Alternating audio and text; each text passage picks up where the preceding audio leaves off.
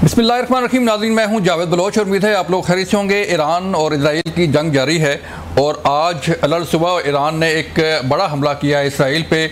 बताया जा रहा है कि 100 के करीब जो है वो बैलिस्टिक मिसाइल फायर किए गए हैं इसराइल पर, जिसने तबाही मचा दिया। इसराइल के मुख्तलिफ इलाकों में ये बैलिस्टिक मिसाइल फायर किए गए और इसराइली वज़ीर-ए-आज़म के घर को भी निशाना बनाया गया है। जो तेल की और गैस की ज़खायर थे उसको भी निशाना बनाया जा रहा है। बताया जा रहा है कि इस वक्त तक की सूरत हाल में तकरीबन 20 से ज़ायद जो है इसराइली शहरी हलाक हो चुके हैं और मुतअद्दिद ज़ख्मी हैं, जबकि इमलाक को भी काफ़ी नुकसान पहुंचाया गया है ईरान की तरफ से। और ईरान पर इसराइली हमले जो है वो जारी हैं, फ़िज़ाई हमले किए जा रहे हैं, ड्रोन के ज़रिए हमले किए जा रहे हैं और तेहरान के अंदर भी कोई कार ब्लास्ट की खबरें आ रही हैं कि इसराइल ने जो है वो कार ब्लास्ट भी वहाँ पर किए हैं। लेकिन ईरान में जो है वो शहरी अपनी अफवाज के साथ खड़े हैं और अवाम जो है फ़ौज के साथ खड़ी है और फ़ौज का साथ शाना बशाना साथ देने के लिए तैयार है। ईरान खड़ा है और दुनिया को ये मैसेज दे रहा है कि चाहे जो भी हो जाए वो अपनी खुद मुख्तारी पर, अपनी सलामती पर जो है कोई कंप्रोमाइज़ नहीं करेगा।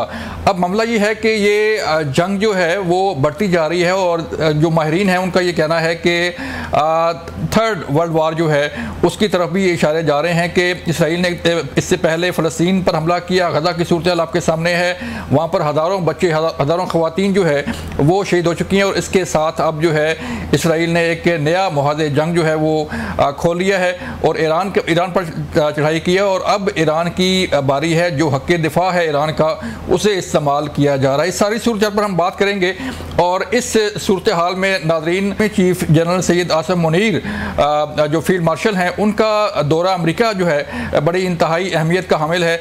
और इस सूरत हाल में जब इसराइल और ईरान की जंग जारी है तो field marshal Syed Asim Munir Washington में है। दावत दी गई थी अमेरिका की तरफ से कई माह पहले और अब वो अमेरिका में हैं। उनकी भी बात करेंगे कि उनका दौरा जो है वो कितनी अहमियत का हामिल है। हमारे साथ मौजूद हैं सारी सूरत पर बात करने के लिए सरदार मसूद खान साहब। आप साबिक सफ़ीर हैं और साबिक प्रेसिडेंट हैं आज़ाद कश्मीर के। बड़ी गहरी नज़र है मसूद साहब की जो दुनिया की सूरत हाल चल रही है उस पर। मसूद साहब बहुत शुक्रिया सर वक्त देने का। सूरत हाल आपके सामने है सर। इसराइल ने पहले गज़ा पे हमला किया, फ़लस्तीन की सूरत हाल आपके सामने है और अब जो है वो जहरियत की गई है ईरान पर। लेकिन ईरान पर जहरियत के बाद जो है वो सऊदी अरब ने मज़म्मत की, पाकिस्तान मज़म्मत कर रहा है और पाकिस्तान भी ये कह रहा है कि ईरान का जो है वो हम साथ देंगे। उनका जो हक़ खुद इरादियत है, जो हक़ जो उनका खुद मुख्तारी का है और जो सालमियत का है उस पर कोई कंप्रोमाइज़ नहीं होना चाहिए और इसराइल की मज़म्मत की जा रही है। सर सूरत हाल किस तरफ जा रही है? सूरत हाल जो है इस वक्त बहुत ख़तरनाक समत में जा रही है और मैं समझता हूँ कि इसका ज़िम्मेदार इसराइल है जिसने ईरान के ऊपर हमला किया। लेकिन मेरा ख्याल है कि इसराइल को और अमेरिका को तवक्को नहीं थी कि ईरान इस तरीके से अपना दिफा कर सकेगा, क्योंकि जो मिथ बनाई गई थी इसराइल ने जो बनाई थी वो ये था कि जो उसका आयरन डोम है या जो मिसाइलों के ख़िलाफ़ दिफाई निज़ाम है वो इतना मौसर है कि कोई भी बैलिस्टिक मिसाइल उसके अंदर नहीं जा सकता, ड्रोन्स नहीं जा सकते। लेकिन जब जंग आगे बढ़ी है और ईरान ने जवाबी हमले किए हैं तो उन्होंने इस फिक्शन को ख़त्म कर दिया और उसके बाद उनके निशाने जो है वो जेरूसलम में लगे हों, तल अवीव में लगे हों, हैफा में लगे हों, बैतयाम में लगे हों, तो कई मकामात पे उन्होंने सही ठिकानों के ऊपर हमले किए हैं। और उधर जो है इसराइल के हमलों से भी ईरान में बहुत तबाहकारी हुई है। और एक और ख़तरनाक काम जो इस वक्त इसराइल ने किया है वो ये है कि उसने न्यूक्लियर मराकज़ के ऊपर हमले किए हैं। न्यूक्लियर मराकज़ जो है वैसे भी वो गैर कानूनी है अक़वाम मुत्तहिदा के चार्टर के मुताबिक जी। और फिर जो है जो इंटरनेशनल एटॉमिक एनर्जी कमीशन है उसकी इंटरनेशनल एटॉमिक एनर्जी एजेंसी उसके स्टैट्यूट की ख़िलाफ़ वर्जी है और उसके बाद जो जनीवा कन्वेंशंस और उनका एडिशनल प्रोटोकॉल उनकी ख़िलाफ़ वर्जी है। लेकिन उससे एक और बड़ा ख़तरा ये है कि वहाँ एटमी ताबकारी हो सकती है। जो इंटरनेशनल एटॉमिक एनर्जी एजेंसी के डायरेक्टर जनरल हैं उन्होंने ग्रोसी, उनका नाम है ग्रोसी, उन्होंने जो हालिया बयान दिया है उसमें ये कहा है कि इसराइली हमलों के बावजूद वहाँ अभी ताबकारी नहीं हुई। मतलब जिस नतन्स में ख़ास तौर से जो उन्होंने हमला किया, 3 जगहों पे हुआ, नतन्स के ऊपर, इस्फहान के ऊपर हुआ और फर्दों के ऊपर हुआ। तो वहाँ ये है, लेकिन अंदर जो है आलूदगी फैल चुकी है और ये ताबकारी बहुत ख़तरनाक है। तो एक तो ये है। दूसरा ये है, आप कह रहे थे सूरत हाल किस तरफ जा रही है, तो वो ये है कि एक ख़तरा है कि जंग वसीतर हो जाएगी, क्योंकि अगर ईरान जो है, जिसका उसने अंदेशा दिया है कि वो अगर स्ट्रेट ऑफ हॉर्मुज़ को बंद कर दे, तो ये बहुत ही ख़तरनाक इक़दाम होगा दुनिया के लिए, क्योंकि सारी दुनिया का जो तेल है उसका 1/5 हिस्सा जो है इसी स्ट्रेट ऑफ हॉर्मुज़ से गुजरता है। तो इसलिए ये एक बहुत बड़ा आलमी बहरान हो सकता है। और फिर ये है कि जब वसीतर जंग की बात कर रहे हैं, तो इसराइल की ये कोशिश है कि किसी तरीके से अमेरिका को इसमें शरीक कर ले। और आपको पता है कि उसका जो रास्ते गज़ा के बारे में मसदूद हो चुके थे, ये सारी आलमी रायामा इसराइल के ख़िलाफ़ हो गई है, मगरबी ममालिक में भी। तो अब उन्होंने ये रास्ता ढूंढा है ताकि गज़ा से भी जो है तवज्जो हटे, और उन्होंने कहा है कि अब उनकी अव्वली तरजीह ईरान के साथ जंग है। तो इस वक्त जो है एक बहुत खुशहाल चीज़ है। ये मुझे फ़िक्रा मुकम्मल कि जो इस वक्त खुशहाल चीज़ ये है कि जितने अरब ममालिक हैं जिनके अपने ईरान के साथ माजी में इख्तलाफात रहे हैं, वो सफारती और सियासी सतह पर ईरान के साथ खड़े हैं। उसमें सऊदी अरब और अमारात और कतर और ओमान, उर्दन, ये लेबनान, इराक, ये सारे के सारे सर फहरिस्त हैं। ठीक है मसूद साहब, आपने बात की कि ईरान ने जो जवाब दिया है उससे दुनिया हैरान हुई है, और ख़ुद इसराइल को अंदाज़ा नहीं था कि ईरान की तरफ से इतना सख्त जो है वो जवाब आ सकता है। तो सर 40 साल से ज़ायद अरसा पर पाबंदियाँ भी हैं ईरान पर, और कोई कारोबार भी नहीं है किसी किस्म का दुनिया के साथ कोई लेन देन हो, और तेल की सूरत भी आपके सामने है। तो आप समझते हैं कि ईरान इतना तर्न वाला है कि इससे इतनी आसानी से निकल जाएगा इसराइल, जैसे उसने गज़ा को तबाह कर दिया? नहीं, ईरान जो है वो एक बड़ी रियासत है, उसका इलाका और रकबा बहुत ज़्यादा है, उसकी आबादी बहुत ज़्यादा है, और वो एक तहजीब का अमीन है जो कई मिलेनिया के ऊपर मुहित है। तो इसके वो तर्न वाला नहीं हो सकता, बल्कि उसके लिए इसराइल जो है वो उसकी कई मकासद है। उनमें से एक मकसद ये है कि वो यहाँ जो इस वक्त ईरान में सियासी निज़ाम है उसे तब्दील करना चाहता है। तो उसके 2 अहदाफ हैं। ये एक यही कि जो न्यूक्लियर तवानाई को ख़त्म किया जाए, या ईरान किसी तरीके से न्यूक्लियर हथियार ना हासिल कर सके। दूसरा ये है कि वहाँ के सियासी निज़ाम को बदलना, और कोई ऐसी हुकूमत उभर के सामने आए जो मगरब नवाज हो और इसराइल नवाज हो और जो सहूनियत का साथ दे सके। तो ये मिले जुले मकासद हैं। तो जो आपके सवाल का जवाब ये है कि ईरान तर्न वाला नहीं है। असल में मैं आपको इसमें एक बारीक सा नुक्ता है वो मैं वाज़ेह करना चाहता हूँ। वो ये है कि वज़ीर आज़म नेतन्याहू ने ईरान के अवाम से खिताब करते हुए कहा है कि जनाब आप हुकूमत के ख़िलाफ़ उठ खड़े हों, और हमारा आपके साथ कोई झगड़ा नहीं है, उस हुकूमत के साथ झगड़ा है, या सरबराहान के साथ झगड़ा है। लेकिन जो ईरान की तारीख़ है उसमें शायद अंदरूनी तौर पर, जैसे हर मुल्क में होता है कि वहाँ जो कोई इख्तलाफात हों या कोई मुखालफत हो मौजूदा हुकूमत की, लेकिन उससे ज़्यादा जो है उनकी नफ़रत जो है वो इसराइल के लिए है। और इस बात को भी वो कबूल नहीं करेंगे कि इसराइल उनके अंदर, उनके घर के अंदर जो है निज़ाम तब्दील करे, या ये कि वो बाहर से आके किसी तरीके से उनको नुकसान पहुँचाए। ठीक है मसूद साहब, जैसे पहले बात हुई कि इजराइल ये चाह रहा है कि उस अमेरिका को जो है इस जंग में घसीटे और उसको शामिल करे। तो जैसे कि प्रेसिडेंट डोनाल्ड ट्रंप जो है वो बयान दे रहे हैं बार बार, और इजराइल का जो है वो दिफा की भी बात करते हैं। आप समझते हैं कि किसी स्टेज पे जो है वो अमेरिका डायरेक्ट इन्वॉल्व हो सकता है इस जंग में? अमेरिका की तरफ से दोहरे बयान आ रहे हैं। एक तरफ वो ये कह रहे हैं कि जी इस जंग में शरीक नहीं है, दूसरी तरफ जो है वो उनकी मुआवनत भी कर रहे हैं, सैटेलाइट डेटा हो या उसके अलावा जो उनके जंगी जहाज़ हैं वो इसराइल के करीब आ गए उसके दिफा के लिए। और उन्होंने ईरान को ये धमकी दी है कि अगर तुमने हमारे ऊपर किसी किस्म का कोई निशाना बांधा तो हम उसका भरपूर जवाब देंगे। और दूसरी तरफ जो है वो अपने लिए एक सफारती जगह रखना चाहते हैं, क्योंकि सदर ट्रंप ने ये बयान दिए हैं, ख़ासतौर से ये पैगाम दिए हैं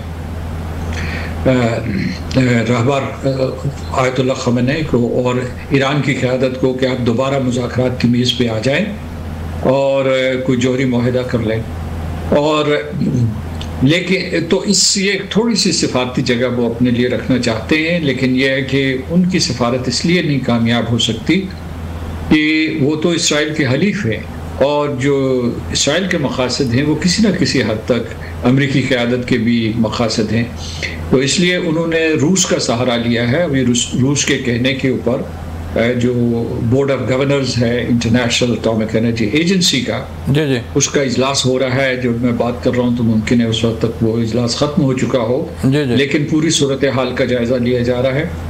तो इसलिए जो है इस किस्म के जो मिक्स्ड सिग्नल्स या कंफ्यूजिंग सिग्नल्स वाशिंगटन से आ रहे हैं। लेकिन सर वाशिंगटन की सूरत हाल अपनी जगह पे, अमेरिका का इजराइल के साथ जो है अपनी जगह पे, लेकिन जो अब ब्लॉक्स सामने आ रहे हैं, जैसे अमेरिका इजराइल ब्लॉक जो है वो सामने आ रहा है। जो मुस्लिम कंट्रीज़ हैं, मुसलमान ममालिक जो है वो मजम्मत कर रहे हैं इसराइल की, सऊदीया ने की, पाकिस्तान कर रहा है, तुर्किया कर रहा है, बाकी जो मुल्क कर रहे हैं। तो आप समझते हैं कि अगर ये जंग नहीं रुकती ईरान इसराइल की तो ये जंग फैल सकती है?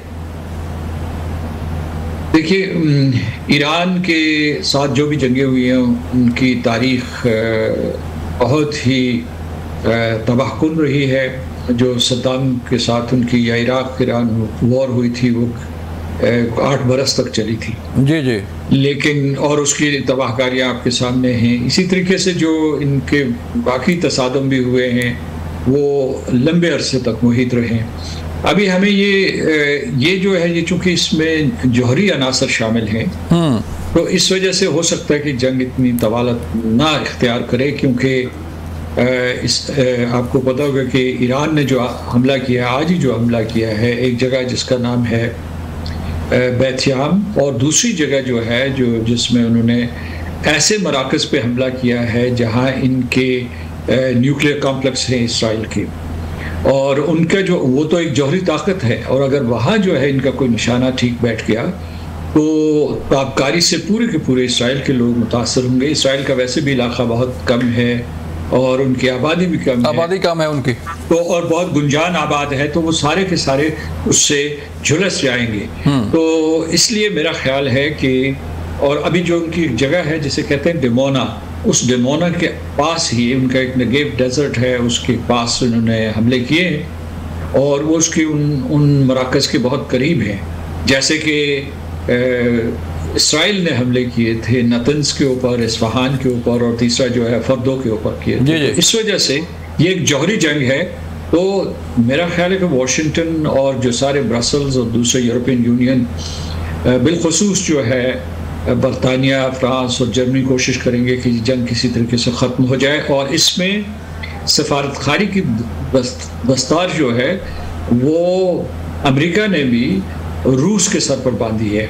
यानी पस पर्दा जो गुफ्तगू हुई है, तो मेरा ख्याल है कि इस मरतबा ये जंग तवालत नहीं इख्तियार करेगी, क्योंकि इसमें जौहरी अंसर मौजूद है। लेकिन सर जो लास्ट क्वेश्चन सर, जो इजराइल की आवाम की तरफ से रद्द-ए-अमल आ रहा है नेतन्याहू के खिलाफ कि वो जंग नहीं चाहते, अमन चाहते हैं, तो ये किस हद तक उसे प्रेशराइज कर सकता है इस्राएली वज़ीर-ए-आज़म को? किसको कर सकता है ये सवाल मुझे? इजरायली वज़ीर-ए-आज़म के खिलाफ जो है वो इसराइल आवाम जो है वो सड़कों पर आ रही है, वो ये कह रहे हैं कि हम जंग नहीं चाहते, अमन चाहते हैं। जैसे इसराइल में तबाही हो रही है, तो इसराइली आवाम का जो है वो नेतन्याहू पर जो प्रेशर है वो किस हद तक मौसर हो सकता है? देखिए, जो वहाँ की अपोजिशन है या जो नेतन्याहू और इंतहा पसंद कोलिशन जो है उससे इत्तफाक नहीं करते, उन्होंने कई सालों से कोशिश कर रहे हैं, लेकिन वो इस कोशिश में कामयाब नहीं हुए। तो लेकिन अभी जो है ये किस्म की मकाफात अमल है कि जो आप तबाही के मनाजर गज़ा में देखते थे, उनसे मिलते जुलते, उस पैमाने पे नहीं लेकिन उससे मिलते जुलते अनासर आपको इसराइल में नज़र आ रहे हैं। और इसके इस जंग के मुहर्रिक जिसने इनिशिएटिव लिया वो खुद नेतन्याहू हैं। लोग ये कह रहे हैं, यानी बड़ी हद तक जो ममालिक बहुत से कह रहे हैं कि उनके पास कोई ऐसे शवाहिद मौजूद नहीं है कि ईरान फौरी तौर पर जो जंगी हथियार जौहरी हथियार बनाने वाला था। तो इसलिए जो जवाज़ उन्होंने पेश किया है वो जवाज़ भी कम से कम आलमी बरादरी के लिए काबिल कबूल नहीं है जी। और फिर इससे ये खतरा उसने पैदा कर दिया है इसराइल ने कि क्योंकि उसके पास इस्तेदाद तो है, सलाहियत है ईरान के पास कि कहीं वो न्यूक्लियर नॉन प्रोलिफरेशन ट्रीटी से ही दस्तबरदार ना हो जाए और वो शुमाली कोरिया का रास्ता न इख्तियार करे। बिल्कुल ठीक है मसूद साहब, बहुत शुक्रिया आपके वक्त का। नाज़रीन यहाँ पे लेने एक ब्रेक, मिलते हैं ब्रेक के बाद।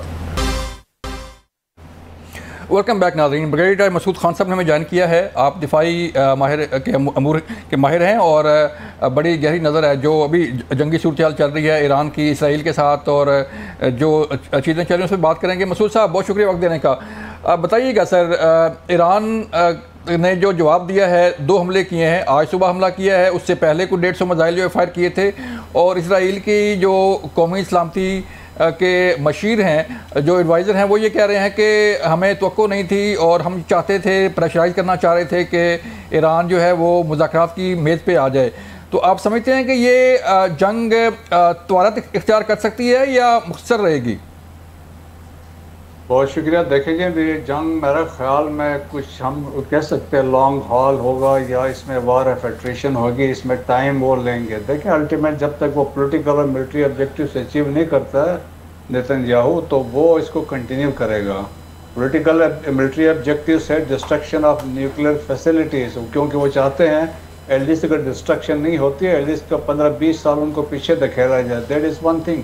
सेकंड पॉलिटिकल ऑब्जेक्टिव भी है कि इसके गार्ड में एक रजीम चेंज भी वहाँ पे करे, लेकिन उसके लिए देखें कि इनसे खुद तो हो नहीं सकता है, उसके लिए इनको अमेरिका की मदद की ज़रूरत होगी। तो उसकी कोशिश हर मुमकिन वो कोशिश होगी किसी भी तरीके से अमेरिका को ड्रैग किया जाए। ईरान की हर वो मुमकिन कोशिश होगी कि अमेरिका से दूर रहा जाए।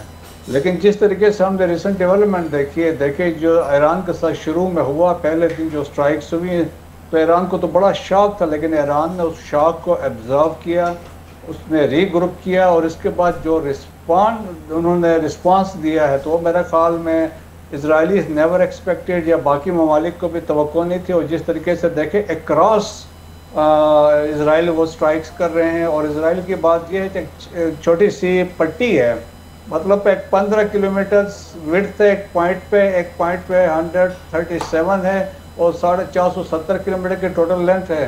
अगर देखे ईरान इस तरह कंटिन्यू करता है और कुछ अरसे तक चलता है फॉर सम वीक्स तो इसराइल की तो तबाही मच जाएगी। और जिस तरीके से अभी तो वहाँ से आवाज़ें आ रही है अमेरिका को, अभी वो कह रहे हैं कि वो बेल आउट कर के हमें करवाएं, क्योंकि उनकी बहुत मुश्किलात पैदा हो गई हैं। क्योंकि और फिर तवक्को भी ये है कि ईरान के पास जो मिसाइल जो उनकी अपनी जो पोटेंशियल या कैपेबिलिटी मेजर मिसाइल्स हैं तो वो इन हज़ारों में की तादाद में है और वो 2000 से लेके 1500 तक के दरमियान में है और फिर हाइपरसोनिक भी है। और जिस तरह उन्होंने डिमॉन्स्ट्रेट किया है कि बहुत सारे जो है कि दे हैव पेनिट्रेटेड जो साइकोलॉजिकल बैरियर था वो ब्रीच कर गए हैं, जो वहाँ पे ना आयरन डोम इनका काम आया है, ना डेविड सीलिंग काम आया, ना एरो सिस्टम काम आया है। डिस्पाइट द इफेक्ट इसमें अमेरिकन भी इन्वॉल्व हैं, यूनाइटेड किंगडम भी इन्वॉल्व है, तो सम एक्सटेंट जॉर्डन ने भी मदद की है। लेकिन इसके बावजूद जाके इम्पैक्ट जो हुआ है मेरा ख्याल में दैट इज अनबिलीवेबल है। और जिस तरह देखें इसराइल के अवाम इस तरह के वाकयात से यूज टू नहीं है, वो छोटे मोटे हमास से हिजबुल्लाह से वो वाले चांसेस थे, अब तो यहाँ पे प्रॉपर मिसाइल्स आ रहे हैं। तो मेरे ख्याल में उससे भी नेतन्याहू के मसाइल बड़े बढ़ गए हैं। जो उनकी ख्वाहिश थी कि वो एक लेगेसी छोड़ के जाएं और अपना आप को एक तारीख में लिखवा के जाएं कि उसने डिस्ट्रॉय किया और सो एंड सो, तो मेरे ख्याल में उसमें भी नाकाम रहा है और अब वो डिफेंसिव पे चले गए हैं, ईरान अब ऑफेंसिव पे। बिल्कुल मसूद साहब, जो है ईरान जो है वो गाज़ा नहीं है, फ़लस्तीन नहीं है और ईरान जितना तरन वाला नहीं है जिससे कि उसने साबित किया कि हम इतने कमज़ोर नहीं जितना समझा जा रहा था। जॉर्ज स्लिम साहब ने ज्वाइन किया है। जॉर्ज साहब, बहुत शुक्रिया, आप सफ़ीर भी रहे हैं और आप सफारती तल्लुकात को जो है वो आपको गहरी नज़र है आपकी, सेक्रेटरी खारजा भी रहे हैं आप। और किस सूरत किस तरफ जा रही है सर? जैसे ब्लॉक्स बन रहे हैं, अभी मसूद साहब ने कहा, इससे पहले मसूद खान साहब कह रहे थे कि इसराइल जो है वो अमेरिका को घसीट रहा है इस जंग में। तो आप समझते हैं कि ये जो इशारे जो ताने बाने बुने जा रहे हैं, ये कहीं कोई थर्ड वर्ल्ड वॉर की तरफ ना चले जाएं? जी ये उस तरफ तो खैर अभी आसान इस तरह के नहीं नज़र आ रहे, लेकिन जो है देखें कैंप्स तो पहले से बने हुए हैं। मगरबी ममालिक जो हैं, ज़ाहिर है अमेरिका, यूरोप के जो की कंट्रीज़ हैं, फिर इसराइल है, अब उसमें इंडिया भी शामिल हो गया, वो एक कैंप तो है जो चाइना इसके अगेंस्ट है, और फिर रशिया के भी अगेंस्ट है ख़ुसूसन यूरोप में। दूसरी तरफ चाइना है, रशिया है, नॉर्थ कोरिया है, ईरान है। तो ये जो है ये कैंप्स तो ऑलरेडी थे, लेकिन अब इस कॉन्फ्लिक्ट में क्या हो रहा है कि अभी तक जो है, और ये मैं पहले भी कह चुका हूँ अपने कमेंट्स में, जहाँ तक ये जो जंगी जो इस वक्त एक्सचेंजेस हो रहे हैं, स्ट्राइक्स के एक्सचेंजेस हो रहे हैं ईरान और इसराइल के बीच में, तो उसमें तो खैर जो है ये एक्सपेक्टेड ही था कि तकरीबन 90% ऑफ द मिसाइल्स जो हैं या प्रोजेक्टाइल्स रोक लेंगे, उनके जो सिस्टम्स हैं जो खासे 3 लेयर्ड सिस्टम्स हैं, लेकिन वो 10% के करीब पेनिट्रेट करेंगे। और जब वो मैसिव ज़ाहिर है ईरान की तरफ से वो वेव्स आई हैं उसकी, तो उसमें जो पेनिट्रेट किए 10%, वो काफ़ी, फिर 10% का मतलब है कि आपकी कैजुअलिटीज़ होना शुरू हो जाती हैं। तो इस वक्त 25-30 कैजुअलिटीज़ उधर से इसराइल में हुई हैं, 24 की बात कर रहे हैं, ईरान में उससे कोई 10 गुना ज़्यादा हैं, लेकिन वो भी एक्सपेक्टेड था। लेकिन जो इसराइल का ईरान में है वो अब मुख्तलिफ है उनका, कि इसराइल जो है वो उसने की पर्सनालिटीज़ जो सी हैं हाई कमान की, जो साइंटिस्ट हैं उनको टेक आउट किया है, और जो है बेसिकली की तनसीबात जो हैं जैसे न्यूक्लियर इंस्टॉलेशंस पे या और इस किस्म की जो सी है ना इंफ्रास्ट्रक्चर की तनसीबात, उन पे वो अटैक कर रहे हैं सिस्टमेटिकली, उनके पास जो सुपीरियरिटी उधर है। तो इस तरह की अगर ये जंग ड्रैग करती है, इसराइल को नुकसान तो होगा, लेकिन ईरान का नुकसान उससे बहुत ज़्यादा होगा, क्योंकि वो डिस्पैरिटी जो उनके दरमियान है, एक सिमेट्री है जो ज़ाहिर मिलिट्री पावर्स की, वो फिर एक ड्रैग वॉर में, और ईरान के पास मिसाइल्स बहुत ज़्यादा हैं। जो एनालिस्ट हैं वो समझते हैं कि उनके पास कोई 2000 के करीब हैं। ईरान ने कभी कभार 3000 क्लेम किए हैं, लेकिन मुबसरीन का इत्तेफाक इस पे है शायद कि 2000 के करीब।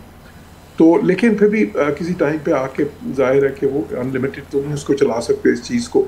फिर जो उनकी बाकी रेंज ऑफ ऑप्शंस है वो भी जो है ना कोई बहुत ज़्यादा अच्छी नहीं है कि अगर वो लेकिन सर ये जो सारी जंग मुसल्लत की गई है और सारा इसके जो बैकग्राउंड है, वो जाहिर बात है कि उसको टेबल लाया जाए, मुज़ाकरात पे लाया जाए और जो उसका न्यूक्लियर प्रोग्राम है उसको ख़त्म करवाया जाए। तो आप समझते हैं कि ये इस जंग से जो है वो ईरान के घुटने जो है वो टेके जा सकते हैं, कि वो घुटने टेक दे और उनकी बात मान ले कि वो अपना सारा न्यूक्लियर प्रोग्राम ख़त्म कर दे? आप देखेंगे कोई इतना आसान तो नहीं है, इसके लिए वो बहुत अरसे से कोशिश कर रहे हैं और इतनी ज़्यादा सैंक्शंस भी लगाई, पाबंदियां लगी, ईरान ने बहुत सी मुश्किलात 40 साल का पाबंदियां सर जी इतना उन्होंने किया फिर सारा कुछ, और उसके बाद भी ईरान ने जाहिर है उस न्यूक्लियर प्रोग्राम को गिव अप नहीं किया। अभी भी जो मुज़ाकरात हो रहे थे अमेरिका के और उनके बीच में जो अल्टीमेटम दिया था प्रेसिडेंट ट्रंप ने, उसमें भी शुरू में तो खैर अमेरिकन ज़्यादा कुछ थोड़ी सी कंसेशन दे रहे थे, बाद में फिर अमेरिकन थोड़े ज़्यादा उनका रवैया जो है ना उसमें लचक कम होती गई, और वो एक स्टेज पे ये कह रहे थे कि जी नहीं कोई भी अफजूदगी नहीं, ज़ीरो जो है ना यूरेनियम को आप अफजूदा नहीं कर सकते, और इसी तरह आप बाकी भी अपना न्यूक्लियर प्रोग्राम स्क्रैप करें। तो वो उसी तरह से सख्त जो कि इसराइल का इसरार था बेसिकली। अब इसमें जो अहम है वो ये है कि चीन और रशिया का किरदार क्या होता है, क्योंकि चाइना और रशिया जो है वो स्ट्रेटेजिक कैंप है जिसमें ईरान भी किसी हद तक शामिल है। रशिया को तो देखें वो वेपन्स भी देता रहा है, मिसाइल्स भी दिए हैं, ड्रोन्स भी दिए हैं क्योंकि उन्होंने इस्तेमाल किए यूक्रेन में, और एक बहुत ही गहरा ताल्लुक है। इसी तरह चाइना और ईरान का भी एक बहुत क्लोज रिलेशंस हैं, इकोनॉमिकली उनका कोई $400 बिलियन का एक जो अंडरस्टैंडिंग की इन्वेस्टमेंट्स जी। जॉर्ज साहब हम कंटिन्यू करते हैं सर, मुझे एक ब्रेक के लिए कहा जा रहा है, ब्रेक के बाद वापस आएंगे तो मजीद इस पर बात करेंगे ब्रेक के बाद। वेलकम बैक नाज़रीन। जॉर्ज साहब आप अपनी बात कंप्लीट कीजिएगा, मैं फिर जाता हूँ मसूद साहब के पास। जी, तो अब वो ज़ाहिर है वो जो है चाइना या रशिया दोनों में से कोई भी नहीं चाहेगा कि ईरान को इस हद तक जो है नुकसान हो जाए कि जो है वो यहाँ वहाँ पे उस तरफ बात चली जाए जो कि उनकी किसी हद तक ऑब्जेक्टिव, देखें दो ऑब्जेक्टिव्स हैं इजराइल और किसी हद तक वेस्ट अमेरिका के, शॉर्ट टर्म नहीं है मतलब लॉन्गर टर्म है। पहला तो है कि उनका न्यूक्लियर प्रोग्राम जो है उसको वो डिफ्यूज कर दें ताकि ईरान वो कैपेबिलिटी ना ले सके। दूसरा लॉन्ग टर्म ऑब्जेक्टिव ये है कि रिजीम चेंज अगर हो जाए वहाँ पे, ताकि फिर वो वहाँ पे हुकूमत ही ऐसी आ जाए। देखें जो उन्होंने अभी सीरिया में किया भी है, सीरिया में रिजीम चेंज हुआ और एक ऐसा रिजीम आया है जो कि इजराइल के खासे हक में है। अभी देखें उनकी स्पेस में इजराइल ने रिफ्यूलिंग्स तक की हैं, वो सपोर्ट कर रहे हैं इजराइल का इस वॉर के एफर्ट। तो ये दो ऑब्जेक्टिव्स हैं, लेकिन ये ऑब्जेक्टिव्स जो हैं उसमें से पहले न्यूक्लियर पे तो खैर इतना ज़्यादा नहीं है चाइना और रशिया को, लेकिन जो दूसरा ऑब्जेक्टिव है कि रिजीम चेंज हो जाए, वो उसमें उस जाहिर है उस पर किसी भी तरह से उसके हक में नहीं है, वो नहीं चाहेंगे। वो देखा जाएगा ना कि उसकी वहाँ की ईरान की पब्लिक जो है वो क्या चाहती है। इस पर बात करते हैं। मसूद साहब, जैसे कि इजराइल खुद कह रहा है कि और दुनिया भी जो है वो कह रही है कि ईरान के पास हज़ारों जो है वो बैलिस्टिक मिसाइल मौजूद हैं, और अगर हम देखें तो जो ईरान की तारीख है उसमें कई साल जो है वो 8-8 साल तक जंग उसने लड़ी हुई है। तो जैसे कि आप पहले कह रहे थे कि इजराइल छोटा सा मुल्क है, इतना असर नहीं पड़ेगा ईरान को जितनी वो बमबारी कर रहा है, या अगर ईरान की तरफ से जो बमबारी है ये 10% भी मिसाइल जाके गिरते हैं और हिट होते हैं तो फिर वहाँ पे क्या होगा सर?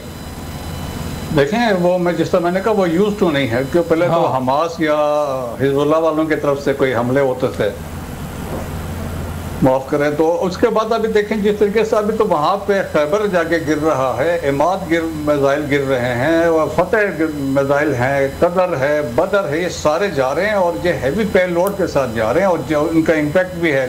सो देखें उनका जो डिफेंस सिस्टम है दैट हैज फेल्ड, वो ब्रीच हो गया है। अब तो वहाँ पे खौफ की फजा तो एक वहाँ पे आ चुकी है कि अभी हमारे साथ होगा क्या।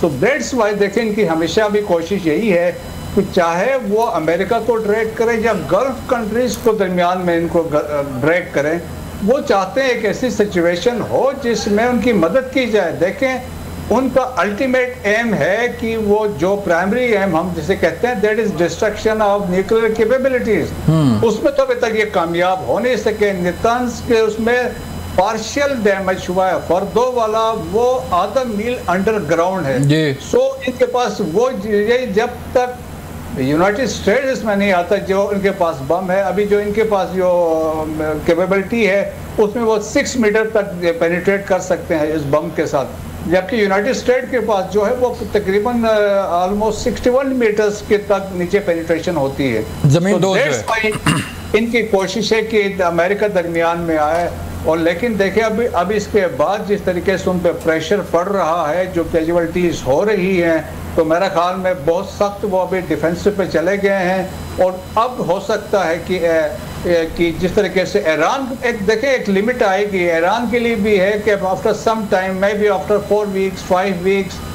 ईरान क्या सस्टेन कर जाएगा मजीद अपना आप को प्रेशर, इसमें क्या वो कैसे रिएक्ट करेगा।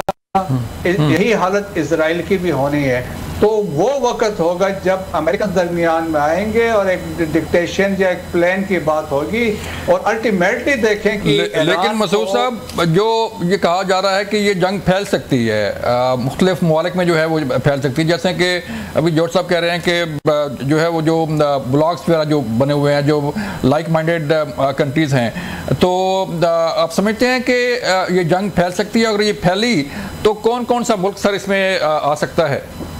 मेरे पर्सपेक्टिव के मुताबिक ईरान की पॉलिसी यही होगी, इनकी कोशिश यही होगी कि कोई भी गल्फ कंट्रीज में उनकी इन्वॉल्वमेंट बिल्कुल ना हो, क्योंकि जब वो इन्वॉल्व हो गए तो इट मीन्स अमेरिका इन्वॉल्वमेंट है, और इसी तरह अमेरिका के साथ वो नहीं करेंगे। कोशिश यही होगी it should be between the two countries, उनके दरमियान हो, लेकिन बिहाइंड द सीन यकीनन उनकी मदद जारी रहेगी, लेकिन इसको खुलेआम हो नहीं सकती है।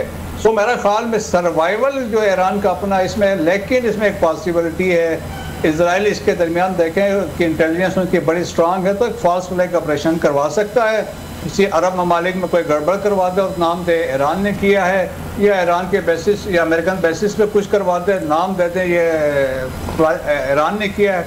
सो उस पॉसिबिलिटी के आड़ में फिर देखें सब कुछ हो सकता है, जिस तरह हमने पहलगाम को देखा है और पुलवामा को देखा है या और बहुत सारे फासले का ऑपरेशन जो इंडिया करता रहा, तो इनके दोनों की मेंटेलिटी तो एक है। So that possibility can not be rule out. Otherwise मुझे नहीं लगता है बट माई पर्सपेक्टिव कि ये वार जो है इसमें इन्वॉल्वमेंट होगी गल्फ कंट्रीज की। ठीक है जॉर्ज साहब, जैसे कि कई सालों से जो है वो ईरान पर मुख्तलिफ पाबंदियाँ का सामना कर रहा था और ये कहा जा रहा था कि उसके एटमी असासों की बात हो रही थी और उसकी जो जोहरी सलाहियत और जो फौजी सलाहियत है उसकी बात हो रही थी। तो जिस तरह रिस्पॉन्ड किया है ईरान ने, इसकी तवक्को की जा रही थी कि इतना ही सख्त रिस्पॉन्स आएगा, जैसे कि ईरान ने पहले बैलिस्टिक मिसाइल से अटैक किया, अब दूसरा अटैक सुबह हुआ, तो जैसे दुनिया देख रही है कि ये कोई गैर मुतवक्को था इसलिए? नहीं, मेरे ख्याल इसमें कोई इतना गैर मुतवक्को नहीं था। ईरान की जिस सबको पता था कि उनके पास अब जो रह गया है, देखिए पहले उनकी एक स्ट्रेंथ ये थी कि वो जो ईरान के सपोर्ट करदा जो है हमायत याफ्ता जो मज़ामती ग्रुप्स थे या जिनको उनकी प्रॉक्सीज कहा जाता है, हमास और हिजबुल्ला, और फिर इसी तरह सीरिया में उनकी जो है ना जो उनकी प्रो ईरानियन गवर्नमेंट थी, तो वहाँ से भी इजराइल के ऊपर वो फर्स्ट लाइन ऑफ डिफेंस एक किस्म की या फर्स्ट लाइन ऑफ रिटेलिएशन होती थी। वहाँ से रॉकेट्स एकदम बहुत बरसाते थे और वहाँ से फिर वो अटैक शुरू हो जाते थे। उसको तो इजराइल ने इनफेक्टिव कर दिया। तो उसके बाद ईरान का सारा इन्हिसार जो है वो इन्हीं पे है, मिसाइल्स पे और ड्रोन्स पे, और जो है ना रॉकेट्स जो हैं ये जिसको हम प्रोजेक्टाइल्स कह सकते हैं, उस पे ही है। और वही ईरान ने किया है। मेरे ख्याल है ये बहुत एक्सपेक्टेड था और इसकी तादाद भी सबको मालूम थी कि ईरान के पास, जिस तरह मैंने मेंशन किया कि 2 से 3 हज़ार तक किए हैं। और जाहिर है कि जब ईरान पे इस किस्म का अटैक हुआ है तो हमेशा से ईरान ने ये कहा था, देखिए 300 तो प्रोजेक्टाइल्स उन्होंने उस वक्त फेंक दिए थे जब इजराइल ने उनकी एम्बेसीज वगैरह पे अटैक किए थे। तो अब ये तो जाहिर इतना बड़ा अटैक था तो उस पर तो ये इस किस्म का रिएक्शन जो है वो एक्सपेक्टेड ही था। तो ये हाँ ये है कि वो कॉस्ट जो है जितना वो बढ़ा सकें इजराइल के लिए कैजुअलिटीज के सेंस में, और इतना ज़्यादा अगर बढ़ा दें कि वहाँ पे पॉलिटिकल थोड़ा सा जो है ऑलरेडी भी कोई इतना नेतन्याहू के हक में नहीं है वहाँ के अवाम इजराइल के। लेकिन फिर साथ ही साथ ये भी देखना कि नेतन्याहू जो है उनकी पॉलिटिकल सर्वाइवल इसी में है कि कॉन्फ्लिक्ट जारी रहे, तो उसके लिए भी ये कॉस्ट जो है ना अहम नहीं है, वो भी ये चाहेगा। तो ये दूसरा मोदी में नजर आ रहा है। जॉर्ज साहब बिल्कुल ठीक है आपकी बात। एक अहम चीज है जी वो ये है कि जो अभी मसूद साहब ने कहा, ये जो अमेरिका को वो जो इजरायली हैं वो इसलिए नहीं अब लाना चाह रहे कि ये मदद के लिए कि उनकी पोजीशन कमजोर हो गई है, वो उनकी शुरू से ही स्ट्रेटेजी ये थी कि अमेरिका को उन्होंने बीच में इन्वॉल्व करना है। ये तो पहले दिन से, बल्कि ये शुरू करने से भी पहले की स्ट्रेटेजी। लेकिन देखना यह है कि अमेरिका इन्वॉल्व होता है कि नहीं होता। जॉर्ज साहब बहुत शुक्रिया आपके वक्त का। मसूद साहब आपके वक्त शुक्रिया। नाज़रीन ये था क्या प्रोग्राम, अपना ख्याल रखिएगा। अल्लाह हाफिज़।